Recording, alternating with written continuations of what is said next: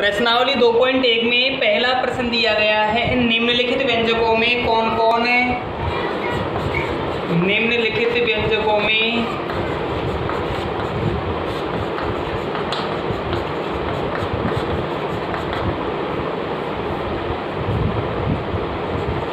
कौन कौन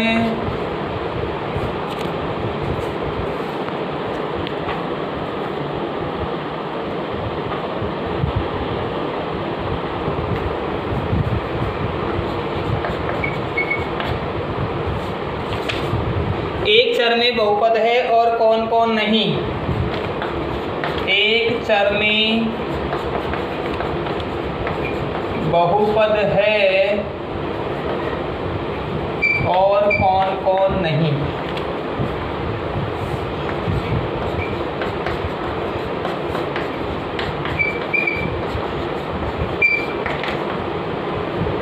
कारण के साथ अपने उत्तर दीजिए।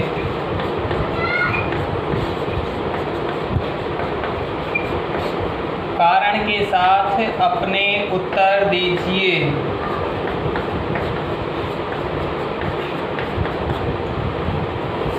हमें इसका पहला प्रश्न दिया गया है। पहले प्रश्न में है 4x square minus 3x plus 7। हमने बहुपद में पढ़ा था, ऐसे पद या ऐसे व्यंजकों से बने ऐसे पद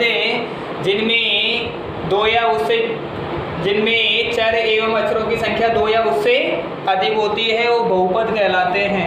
यहाँ 3 पद दिए गए हैं। 3 पदों में व्यंजक की अधिकतम घात 2 दी गई है और चर के रूप में केवल x का ही प्रयोग किया गया है।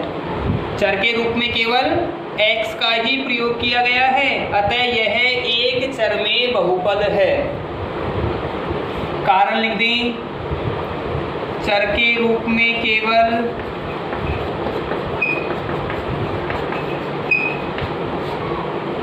x का केवल x का प्रयोग किया गया है।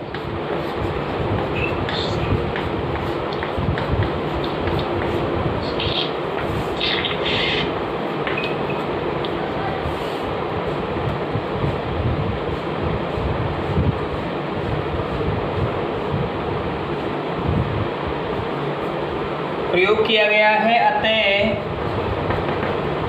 यह एक चर में बहुपद है।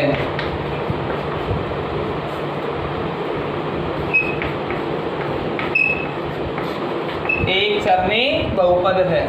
दूसरा इसी का दे रखा है हमें क्वेश्चन। दूसरे में प्रश्न दिया गया है y square plus √2। y square plus √2। यहाँ चर के रूप में केवल y दिया गया है जिसकी अधिकतम घात 2 है। चर के रूप में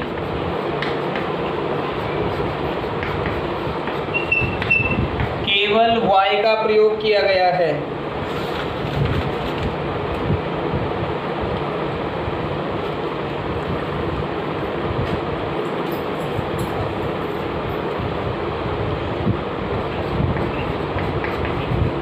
प्रयोग किया गया है,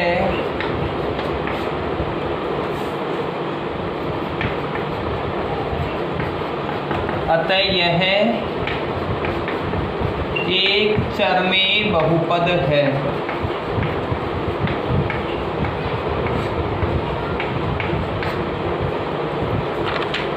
अगला है 3t का रूट।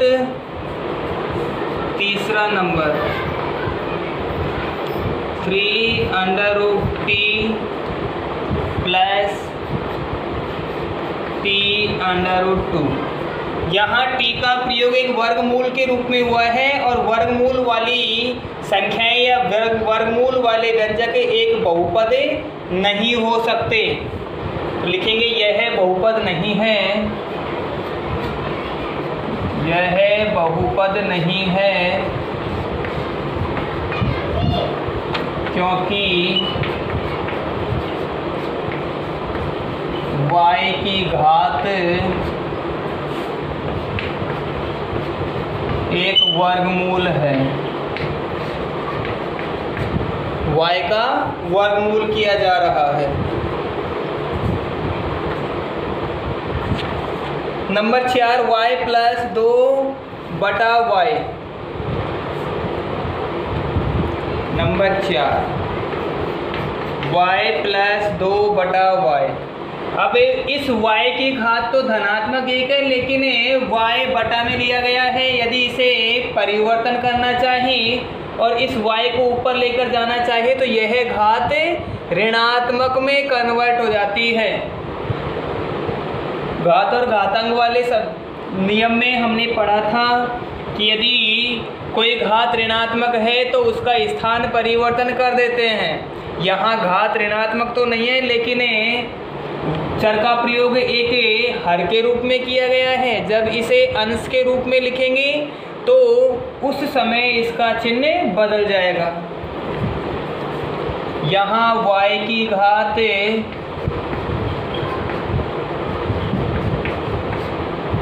ऋणात्मक प्राप्त होती है,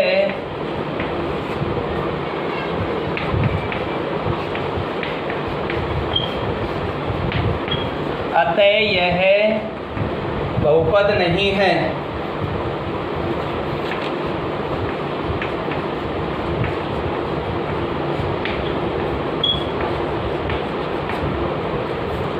पांचवा x की घात 10 प्लस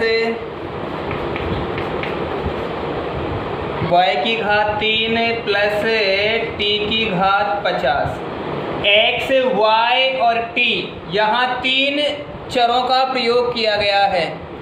प्रश्न में 3 चरों का प्रयोग किया गया है, जबकि हमें पूछा था केवल एक चर में। एक से अधिक चर होने के कारण यह एक चर में बहुपद नहीं है। एक से अधिक चर होने के कारण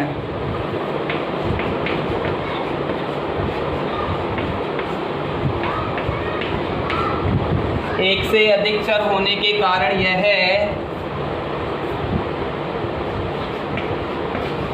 एक चर में बहुपद नहीं है।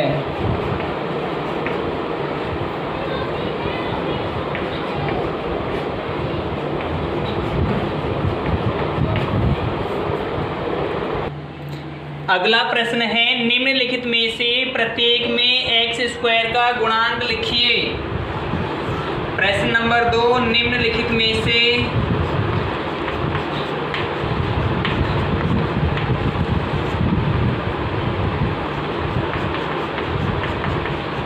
प्रत्येक में x² का गुणांक लिखिए। x² का गुणांक लिखिए।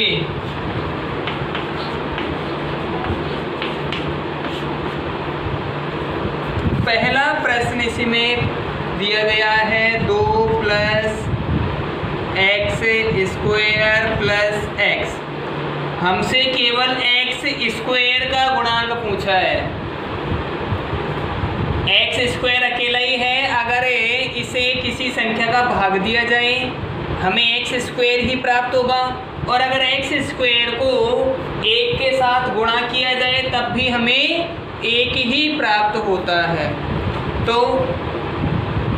1 के साथ गुणा करने पर या भाग करने पर किसी भी संख्या के या व्यंजक के संख्यात्मक मान में कोई परिवर्तन नहीं होता है। तो यहाँ हम लिख सकते हैं x² का गुणांक 1 होगा। x² का गुणांक 1 होगा। दूसरा प्रश्न है 2 माइनस x² प्लस x की घात 3। x का स्क्वायर की ही हमें किसके साथ गुणा हो रहा है वो ही देखना है। वही एक्स स्क्वायर अकेला ही है, इसके साथ कोई संख्यात्मक मान हमें नहीं दिया गया है, इसीलिए हम इसे 1 से गुणा करेंगे, क्योंकि एक्स स्क्वायर से पहले ऋणात्मक चिन्ह दिया गया है। अतः हम कहेंगे कि एक्स स्क्वायर का गुणांक -1 होगा। एक्स स्क्वायर का गुणांक -1 होगा। नंबर 3, तीसरे प्रश्न में π/2 एक्स स्क्वायर प्लस एक्स, यहाँ से अगर एक्स स्क्वायर को हटा दिया जाए तो π/2 बचेगा। इसका अर्थ है एक्स स्क्वायर का गुणांक π/2 होगा। एक्स स्क्वायर का गुणांक π/2 होगा। चौथा प्रश्न है √2x - 8। हमें x का स्क्वायर का गुणांक पूछा था, पर इस क्वेश्चन में कहीं पर भी x का स्क्वायर नहीं है, एक्स स्क्वायर का ही गुणांक पूछा गया है, जबकि यहाँ पर x का स्क्वायर नहीं है। अब जब नहीं है तो हम करेंगे कि इसका गुणांक 0 होगा, इसमें गुणांक 0 है। प्रश्न नंबर 2 कंप्लीट हो चुका है। तीसरा प्रश्न है 35 घात के द्विपद का 35 घात के द्विपद का और 100 घात के एक पदी का 100 घात के एक पदी का एक उदाहरण दीजिए।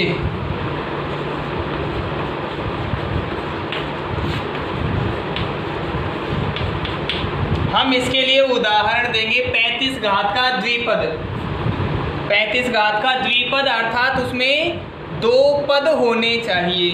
मैं लिख सकता हूं द्विपद के लिए या द्विपद के उदाहरण। हमें एक ही पूछा है, हम अपनी सुविधा के लिए एक से अधिक का भी प्रयोग कर सकते हैं। जैसे x + 5 दिया गया है और इस 5 की घात हो गई 35। एक तो ये हो गया, 2 पद है, पहला और दूसरा 2 पद दिए गए हैं। y की घात 35 - 8, कुछ भी हो सकता है, आपको घात 35 रखनी है। एक पद का उदाहरण है,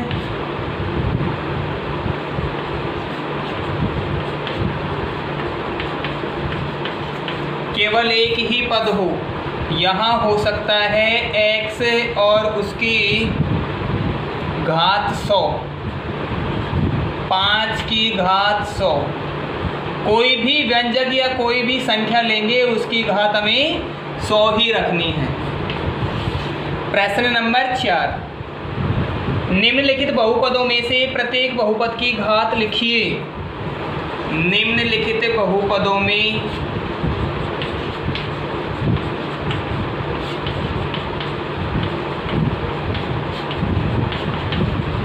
प्रत्येक बहुपद की घात लिखिए।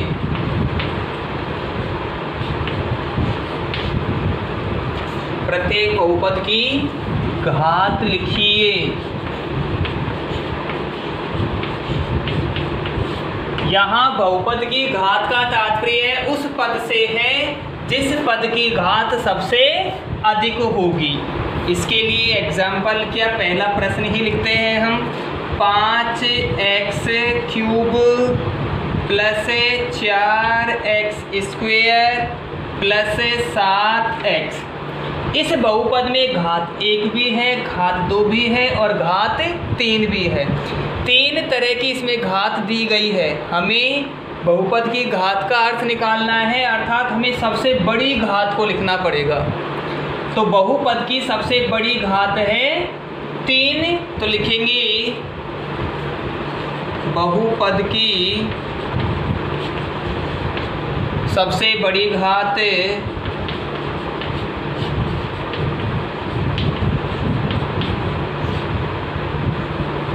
3 है, अतः यही बहुपद की घात है।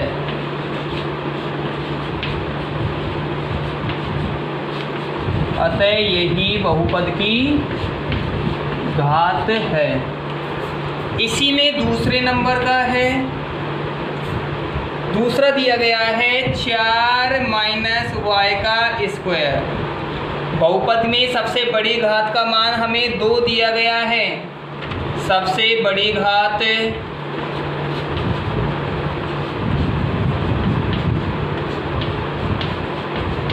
2 है, अतः बहुपद की घात 2 होगी। अतः बहुपद की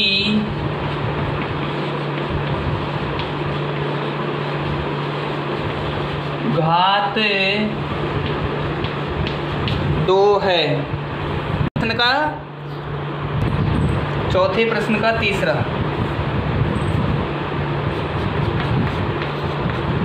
(5t माइनस √7।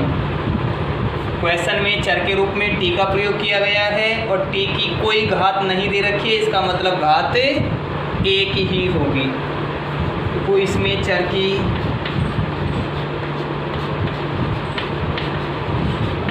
घात 1 है। नंबर 4, चौथे में दिया गया है केवल 3। ये एक अचर है, पर क्योंकि चर और अचर की सहायता से ही बहुपद का निर्माण होता है, तो अचर भी उसी श्रेणी में आएगा। अचर के साथ कोई कुछ ही नहीं हो रहा, घात इसकी 1 होगी। अगर कोई घात नहीं दी गई है, इसमें भी लिखेंगे इसकी घात 1 है। ये 4 प्रश्न कंप्लीट हो गए। प्रश्न नंबर 5, बताइए कि निम्नलिखित बहुपदों में कौन कौन है। निम्नलिखित बहुपदों में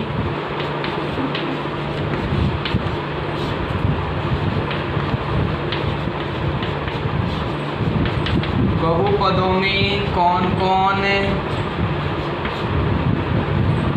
बहुपद रैखिक है, कौन कौन बहुपद रैखिक, द्विघाती और त्रिघाती हैं,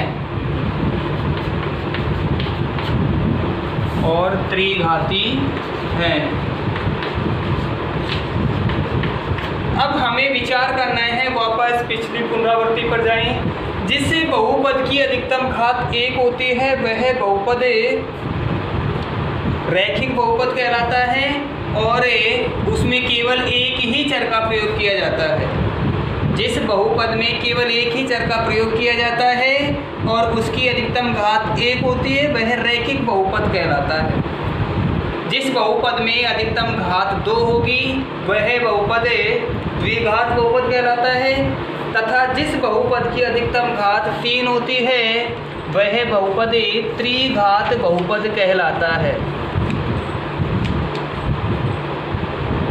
इसका पहला नंबर क्वेश्चन है x² प्लस x। अधिकतम घात यदि यहाँ 1 होती तो हम लिख देते रैखिक बहुपद, लेकिन अधिकतम घात यहाँ 2 है अतः हम लिखेंगे द्विघात बहुपद।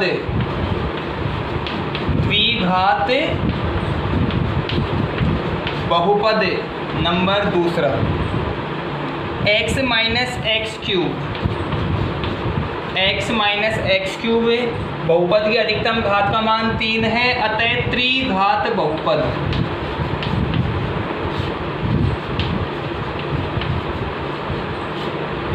तीसरे नंबर पे है y plus y square plus 4। अधिकतम घात का मान 2 है, अतः द्विघात बहुपद।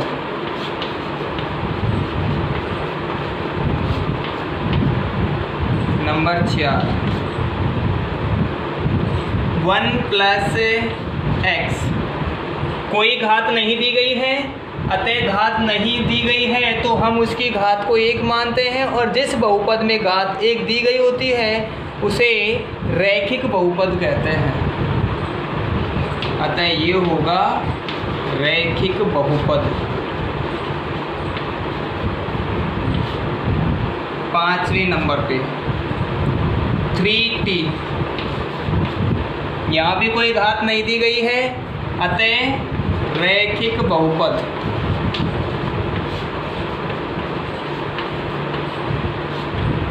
छठे नंबर पे r स्क्वायर। अधिकतम घात 2 है, अतः द्विघात बहुपद।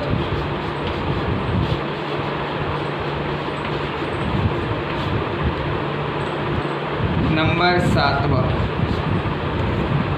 7वें में है 7x³।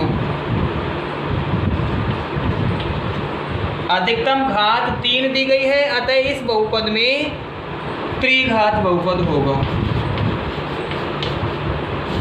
त्रिघात बहुपद। प्रश्नावली 2.1 खत्म हो चुकी है।